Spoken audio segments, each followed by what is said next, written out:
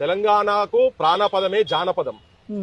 ఆ జానపదాన్ని ప్రాణంగా ఉన్నటువంటి వాళ్ళు చిందు ఎల్లమ్మ కావచ్చు, మిద్ద రాములు కావచ్చు, సుఖ సత్తయ్య గారు కావచ్చు, ఇటువంటి వాళ్ళు మా వరంగల్ శంకరు, సారంగపాణిలు జానపదాలకే ప్రతీక అయినటువంటి ఇటువంటి వాళ్ళు, నిన్న మొన్న మ్యూజిక్ రంగంలో చక్రి అటువంటి వాళ్ళే కావచ్చు, లేదు ప్రజల గురించి కొట్లాడి ప్రజల గురించి సర్వం ఒడ్డినటువంటి మా గూడు అంజన్నది కావచ్చు, నిన్న మొన్న చనిపోయినటువంటి మా గద్దరన్నది కావచ్చు, లేకపోతే మా అందశ్రీ అన్నది కావచ్చు, ముచ్చల సత్యనారాయణ గారు అసంటోళ్ళది కావచ్చు, అటువంటి వాళ్ళు విగ్రహాలు ఇక్కడ లేకుండా ఈ విగ్రహానికి తొందర ఎందుకు వచ్చింది అనేది మాకు అర్థమైతే లేదు. వాళ్ళందరి ఉంటే ప్రాబ్లం ఏం లేదు మాకు.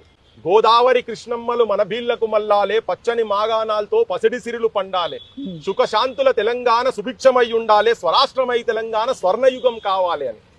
సో స్వరాష్ట్రమై తెలంగాణ స్వర్ణయుగం కావాలి అనే పదాన్ని తీసేస్తే నేను వాడతా అన్నాడు బాలసుబ్రహ్మణ్యం గారు. స్వరాష్ట్రమై తెలంగాణ పదం తీస్తే ఎట్లుంటది అని చెప్పని అందశ్రీ అని అడిగితే, నా పాట మొత్తం బాలు పాడకున్నా మంచిదే, సమస్యనే లేదు అని రిజెక్ట్ చేసి, నేను ఆ పదం మాత్రం తీయ అని చెప్పి అందశ్రీ అని అట్లే గట్టిగా భీష్మించుకొని కూర్చున్నాడు.